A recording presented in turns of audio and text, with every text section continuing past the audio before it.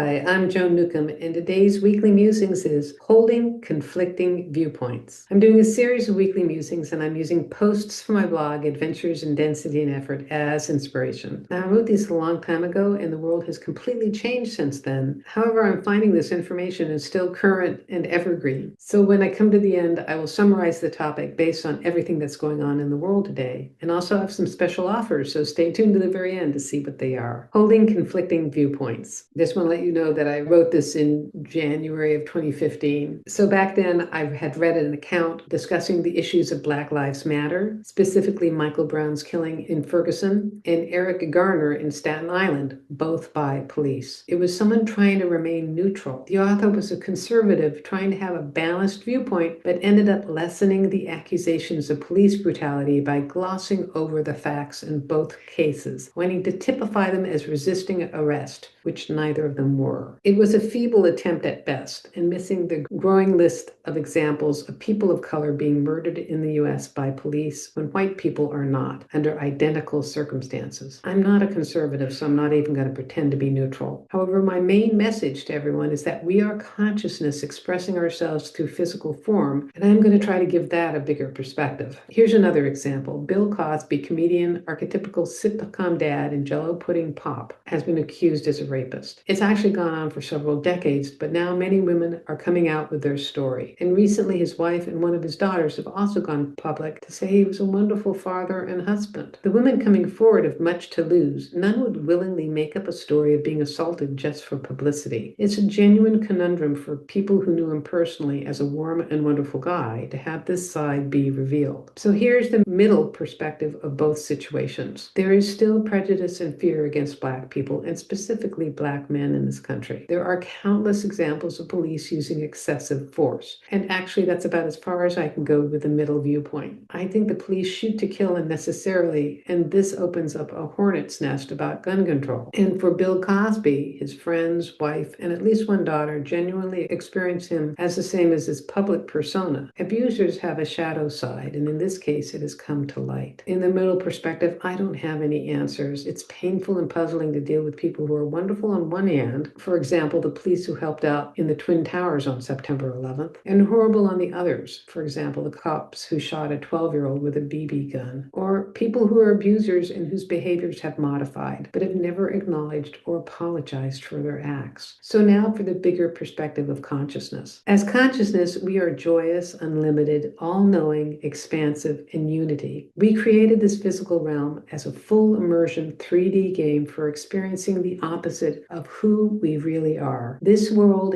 has the limitations of life and death. It has pain and fear. It has separation and discord. As consciousness, we love all of this. It's an amusement park. It's an adventure in density and effort. As consciousness, it's fun to embody into different people, places, and things. It's like a movie where actors are given Oscar-winning performances, and when filming is done, they'll go to the pub for a drink. Pain isn't real for consciousness, but it's very real for our personalities and our bodies. When you're flying in an airplane and see cars on the road, you don't sense their inhabitants' thoughts or feelings, but that doesn't mean that they don't exist. Consciousness holds space for all of creation, beyond time or space. All lifetimes are happening at once. We are both consciousness and our individual body personality. Each of us is a conflicting viewpoint of a body preoccupied with its own survival and consciousness focusing into form. Forgiveness is an attempt to reconcile this conflict from a body personality perspective. Acceptance is another way. Body personalities can accept the things they cannot change, which is everything outside of their individual thoughts, feelings, and actions. Consciousness doesn't have to forgive. It holds all of this in expansive neutrality. As consciousness, I can have seemingly conflicting viewpoints. I can compassionately hold space for victims as well as abusers. As consciousness, I am not betraying the part of myself that was violated as a child or partner in the storyline of my life by holding a bigger space with those that committed acts against me. As consciousness, I am able to encompass everyone and all of it. This world is an ocean of experiences. I can sail it with consciousness, or I can sink into the darkest depths. Scuba diving is fun, but you have to come up for air when your tanks are depleted. If we all begin to navigate our lives from consciousness, we would soon not have any conflicts to hold. It would all be synchronized and harmonious. We could be unique and different and have everything we want without depriving others. We can get there, and we are getting there. We are consciousness evolving. We are light coming into this world. Holding ourselves as consciousness is how we start. This is so interesting because we're at a deeper and in some ways more extreme level now. In the United States, we're having examples all the time of violence being done towards people of color. Brown people are particularly focused. ICE, which is immigrations control, are targeting people of color. And it doesn't matter if they're American citizens, they're making them disappear. And then we've got an example across the ocean of Israel, not Israel, but their leader Netanyahu is bombing the crap out of Gaza and basically committing genocide. And then we've got Russia and its war on Ukraine. And all of these are examples of old paradigms of power and old prejudices and basically not consciousness operating in the world with violence. And what I think about is we are in the process of evolving and we are in the process of becoming more light. But those individuals who are stuck